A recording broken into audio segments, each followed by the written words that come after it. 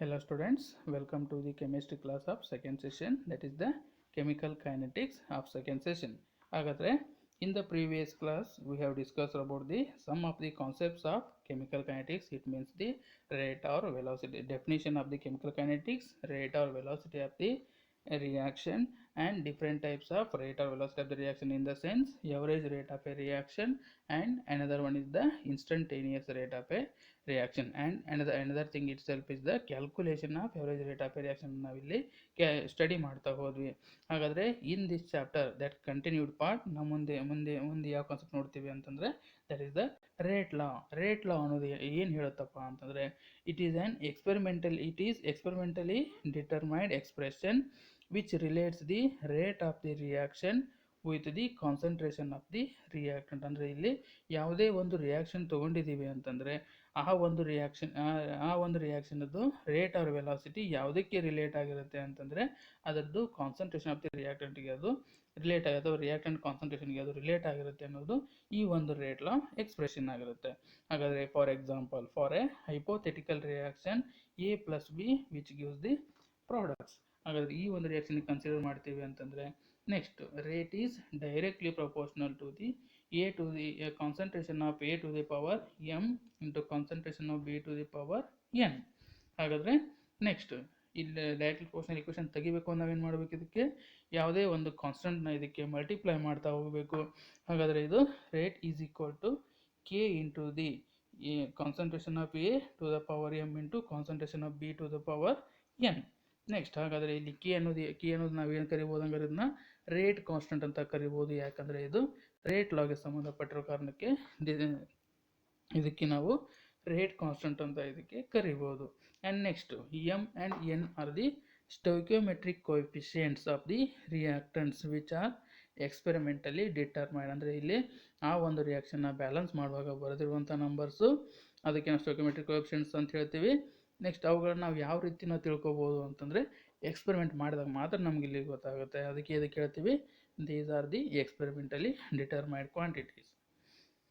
Next it means that rate law meaning ಏನಪ್ಪ ಅಂತಂದರೆ the reaction is directly proportional to the concentration of the reactants. It means rate of the reaction increases with increase in the concentration of the reactant. ಅಂದರೆ ಇಲ್ಲಿ reactant concentration ಹೆಂಗೆ ಜಾಸ್ತಿ ಆಗ್ತಾ ಹೋಗುತ್ತೋ ಹಂಗೆ ಅದರದ್ದು rate or velocity of the reaction ಕೂಡ ಹೆಚ್ಚಿಗೆ ಆಗ್ತಾ ಹೋಗುತ್ತೆ ಅನ್ನೋದು ಈ ಒಂದು concept. Next, if concentration of A is equal to concentration of B is equal to 1 then rate is equal to K. ಅಂದರೆ ಇಲ್ಲಿ ಏನಾಗಿರುತ್ತೆ, ಇದನ್ನು ನಾವು ಕೆ ಅಥವಾ ರೇಟ್ ಕಾನ್ಸ್ಟೆಂಟ್ ಯಾವ ರೀತಿ ಡಿಫೈನ್ ಮಾಡಬೇಕು ಅಂತಂದರೆ it is defined as the rate of the reaction when molar concentration of all the reactants in the rate equation are unity. ಅಂದರೆ ಇಲ್ಲಿ ಏನಾಗಿರಬೇಕು, ಕಾನ್ಸಂಟ್ರೇಷನ್ ಆಫ್ ದಿ ರಿಯಾಕ್ಟೆಂಟ್ಸ್ ಯಾವಾಗಲೂ ಏನಾಗಿರಬೇಕು, 1ಕ್ಕೆ ಈಕ್ವಲ್ ಆಗಿರಬೇಕು. ಅಂಥ ಟೈಮಲ್ಲಿ rate is equal to the rate constant ಅಂತ ಹೇಳ್ಬೋದು. This is called as the rate constant of a reaction. And next concept ಇದೆ characteristics of rate constant of a reaction. ಅಂದರೆ ಒಂದು ರೇಟ್ ಕಾನ್ಸ್ಟೆಂಟ್ ಅಂತ ಹೇಳಿದ್ವಿ, ಆ ಒಂದು ರೇಟ್ ಕಾನ್ಸ್ಟೆಂಟ್ಸ್ ಕ್ಯಾರೆಕ್ಟರಿಸ್ಟಿಕ್ಸ್ನ ಏನೇನಿದೆ, ಯಾವ ರೀತಿ ಬರೀಬೇಕು ಅನ್ನೋದನ್ನು ಇಲ್ಲಿ ನೋಡ್ತಾ ಹೋಗೋಣ. ಅಂದರೆ ಫಸ್ಟ್ ಕ್ಯಾರೆಕ್ಟರಿಸ್ಟಿಕ್ ಏನಿದೆ, higher the value of the rate constant faster is the reaction. ಅಂದರೆ ಇಲ್ಲಿ ನಾವು ಪ್ರೀವಿಯಸ್ಲಿ ಹೇಳಿದ್ವಿ, rate of the reactant concentration ಹೆಂಗೆ ಜಾಸ್ತಿ ಆಗುತ್ತೆ ಹಂಗೆ ರೇಟ್ ಆಫ್ ದ ರಿಯಾಕ್ಷನ್ ಕೂಡ ಹೆಚ್ಚಿಗೆ ಆಗುತ್ತೆ ಅಂತ. Rate is directly proportional to the concentration of the reactant ಅಂತ ಹೇಳಿದ್ವಿ. ಅದೇ ರೀತಿ ಹಂಗಾರೆ ಏನು ಹೇಳುತ್ತೆ ಇಲ್ಲಿ, higher the value of rate constant faster is the reaction ಅಂತ ಹೇಳ್ಬೋದು. Thus the rate constant is measure of the rate of a reaction. ಅಂದರೆ ಒಂದು ಯಾವುದೇ ಒಂದು ರಿಯಾಕ್ಷನದ್ದು ವೆಲಾಸಿಟಿನ ಮೆಜರ್ ಮಾಡಬೇಕು ಅಂತಂದರೆ ನಮ್ಗೆ ಏನಾಗಿರ್ಬೇಕು. And next one, the value of rate constant depends only on the temperature and it is independent of the initial concentration. ಅಂದರೆ ಇಲ್ಲಿ ಯಾವುದೇ ಒಂದು ರಿಯಾಕ್ಷನ್ ತಗೊಂಡಾಗ ಅದರದ್ದು ರೇಟ್ ಕಾನ್ಸ್ಟೆಂಟ್ ಯಾವುದ್ರ ಮೇಲೆ ಡಿಪೆಂಡ್ ಆಗಿರುತ್ತೆ ಅಂತಂದರೆ temperature and it is independent on the initial ಅಂದರೆ ಅದು ಟೆಂಪರೇಚರ್ ಮೇಲೆ ಡಿಪೆಂಡ್ ಆಗಿರುತ್ತೆ ಮತ್ತು ಇನಿಷಿಯಲ್ ಕಾನ್ಸಂಟ್ರೇಷನ್ ಮೇಲೆ ಯಾವಾಗಲೂ ಇಂಡಿಪೆಂಡೆಂಟ್ ಆಗಿರುತ್ತೆ. ಅಂದರೆ ಯಾವುದೇ ಅದರ ಮೇಲೆ ಇನಿಷಿಯಲ್ ಕಾನ್ಸಂಟ್ರೇಷನ್ ಯಾವುದೇ ಒಂದು ಪರಿಣಾಮವನ್ನು ಬೀರಲ್ಲ ಅನ್ನೋದು ಈ ಒಂದು ಕಾನ್ಸೆಪ್ಟ್ ಹೇಳ್ಬೋದು. ಹಾಗಾದರೆ ಇದು the value of rate constant depends fully on temperature and it is independent on initial concentration. This is the second characteristic of the rate constant. And next one, that is velocity constant of a given reaction remains constant. ಅಂದರೆ ಇಲ್ಲಿ velocity ಅಥವಾ rate constant ಏನಾಗಿರುತ್ತೆ, ಇದು constant ಆಗಿರುತ್ತೆ at constant temperature. Temperature constant ಇದ್ದಾಗ ಏನಾಗುತ್ತೆ, ಅದರದ್ದು velocity constant rate constant same ಆಗಿರುತ್ತೆ. ಒಂದು ವೇಳೆ ಟೆಂಪರೇಚರ್ ವೇರಿಯೇಷನ್ ಆಗ್ತಾ ಹೋಯಿತು ಅಂತಂದರೆ ಅವಾಗ ಏನಾಗುತ್ತೆ, rate constant also ಚೇಂಜ್ಡು.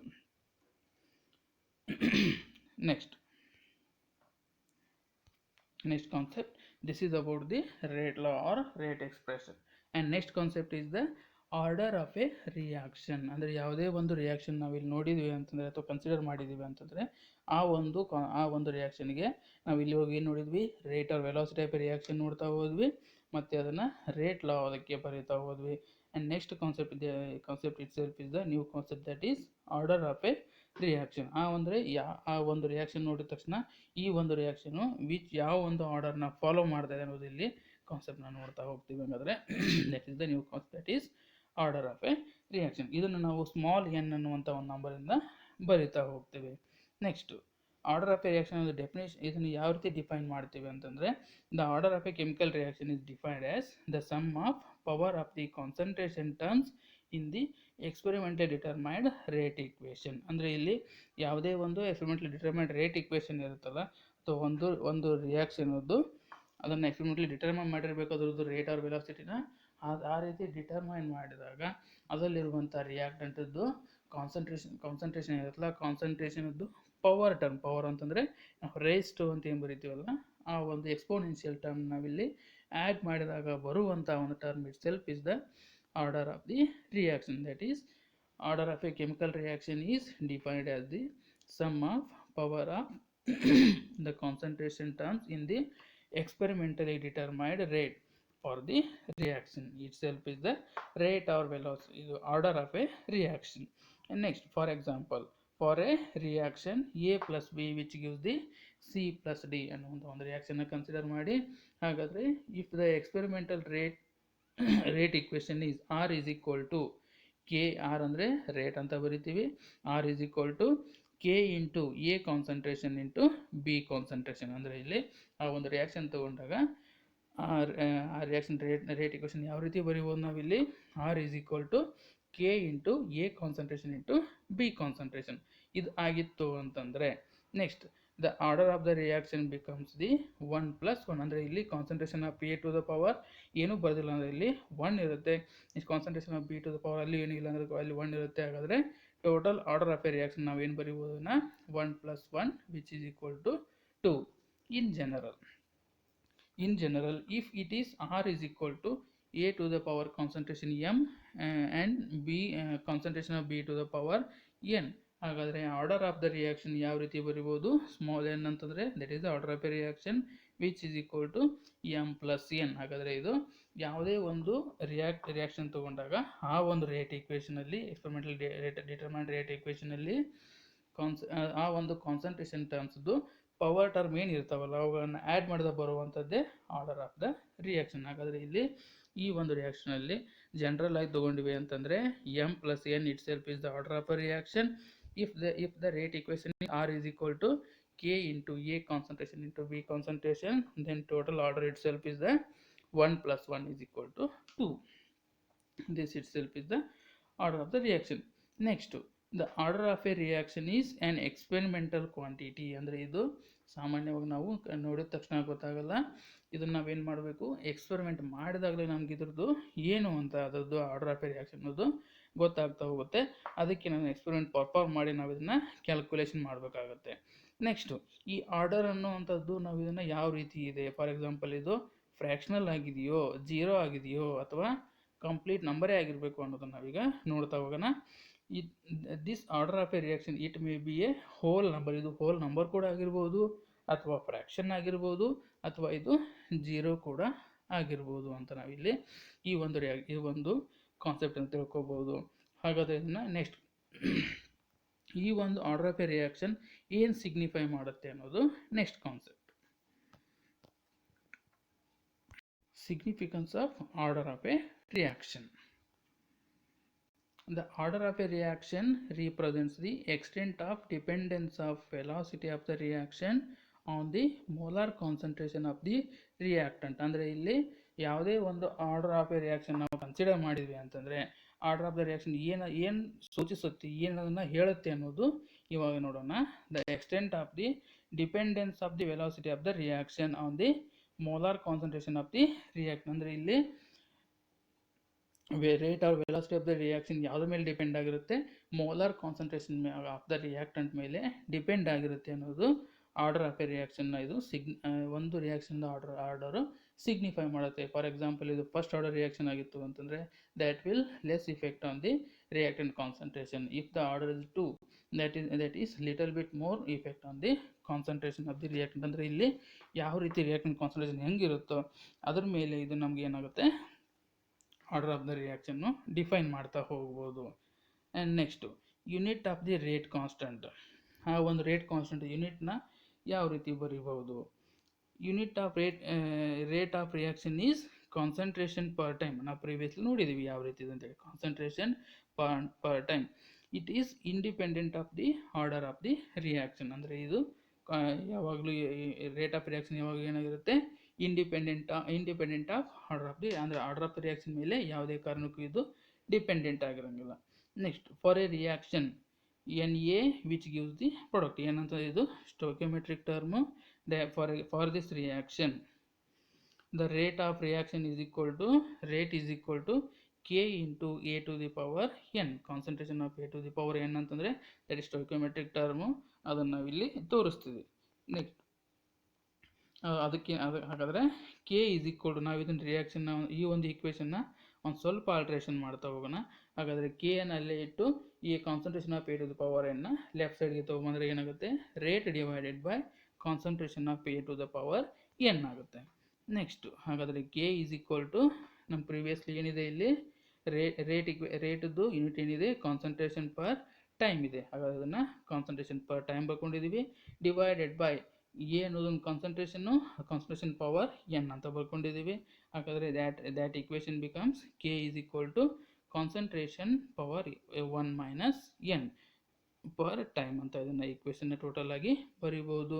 When concentration is expressed in mole per litre and time in seconds, then K is equal to K ಅಂತ rate constant K is equal to mole per liter raised to 1 minus n per second ಅಂತ ಇದನ್ನು total ಯೂನಿಟ್ನ ಇಲ್ಲಿ ನಾವು ಇದನ್ನು ತೋರಿಸ್ತಾ ಹೋಗ್ಬೋದು.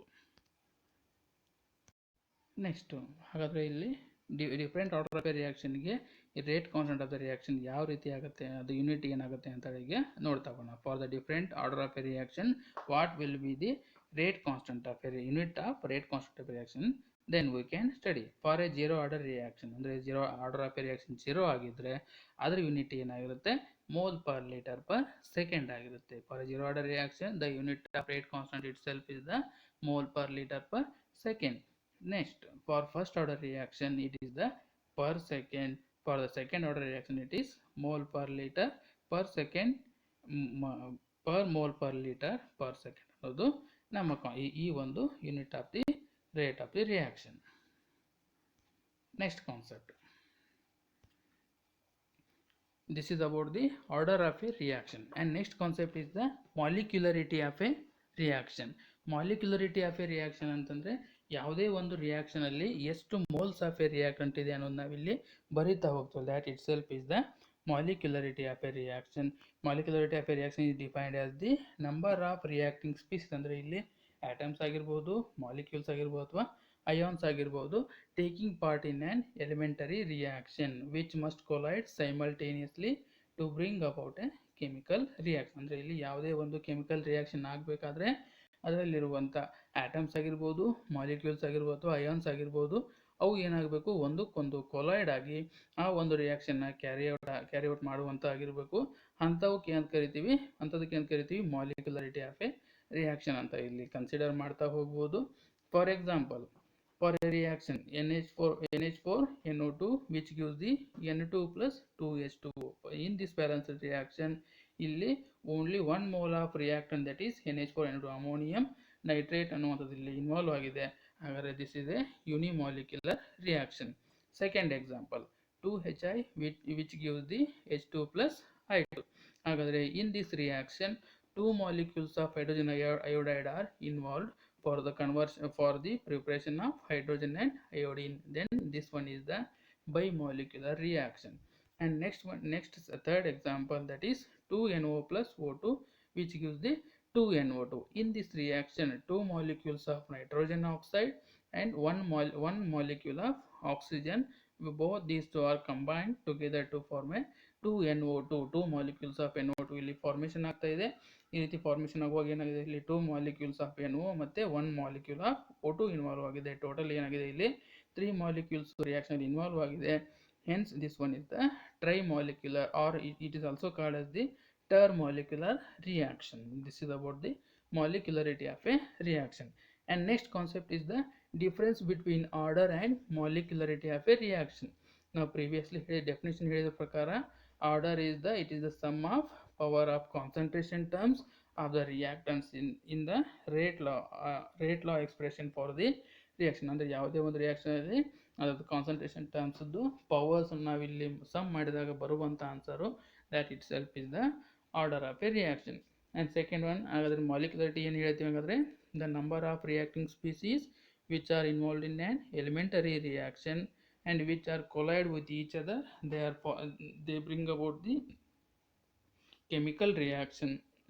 ಹಾಗಾದ್ರೆ ಇಲ್ಲಿ ಏನಾಗುತ್ತೆ, ಯಾವುದೇ ಒಂದು ರಿಯಾಕ್ಷನ್ ಅಲ್ಲಿ ಇನ್ವಾಲ್ವ್ ಆಗಿರುವಂಥ ಮಾಲಿಕ್ಯೂಲ್ಸು ಒಂದಕ್ಕೊಂದು ಕೊಲೈಡ್ ಆಗಿ ಕೆಮಿಕಲ್ ರಿಯಾಕ್ಷನ್ ಆಗೋ ಥರ ಮಾಡ್ತವೆ.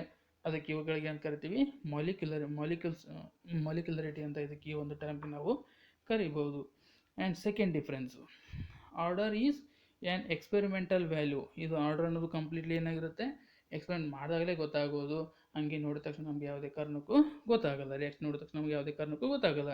ಆದರೆ ಮಾಲಿಕ್ಯುಲರಿಟಿ ಏನು ಮಾಡ್ಬೋದು, ನಾವು ಥೆರಾಟಿಕಲ್ಲಿಂದ ಪ್ರೂವ್ ಮಾಡ್ಬೋದು. ಫಾರ್ ಎಕ್ಸಾಂಪಲ್ ನಾವು ಪ್ರೀವಿಯಸ್ ರಿಯಾಕ್ಷನ್ ನೋಡಿದ್ವಿ, ಡಿಫ್ರೆಂಟ್ ರಿಯಾಕ್ಷನ್ ನೋಡಿದ್ವಿ. ಅಲ್ಲಿ ಆ ಡಿಫ್ರೆಂಟ್ ರಿಯಾಕ್ಷನಲ್ಲಿ ಬ್ಯಾಲೆನ್ಸ್ ಮಾಡುವಾಗ ಎಷ್ಟು ಮೋಲ್ಸ್ ಅಂತ ನಾವು ನಂಬರ್ ಮೆನ್ಷನ್ ಮಾಡಿದ್ದೀವೋ, that itself is the molecularity ಅಂತ ಹೇಳ್ಬೋದು.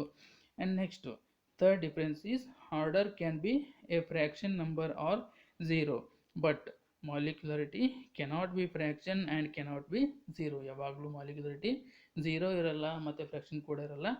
ಬಟ್ ಆರ್ಡರ್ ಏನಾಗಿರುತ್ತೆ, ಇದು ಫ್ರ್ಯಾಕ್ಷನ್ ಆಗಿರ್ಬೋದು ಮತ್ತು ಝೀರೋ ಕೂಡ ಆಗಿರ್ಬೋದು. And next order, it is applicable for both elementary and complex reaction.